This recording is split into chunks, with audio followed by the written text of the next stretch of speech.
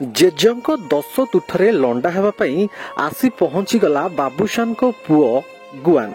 हाँ दर्शक बंधु आपण देखि परुथबे वर्तमान गुआन आसी पहुंची जाइछि 10 तुठरे एवं 10 तुठरे पहुंची गला पर बाबूशान बेस खुशी भी जाइछंती कारण तांको बापा को चुट्टी देबा पई बा तांको 10 तुठरे निजर चुट्टी को काटी लंडा हेबा पई तांको पुओ गुआन आसी पहुंची जाइछि। बाबूशान ताकू कोळे नोछंती एवं आपण देखि परुथबे बाबूशान को चारि पाखरे बाउंसर मध्य माळमाळ अछंती।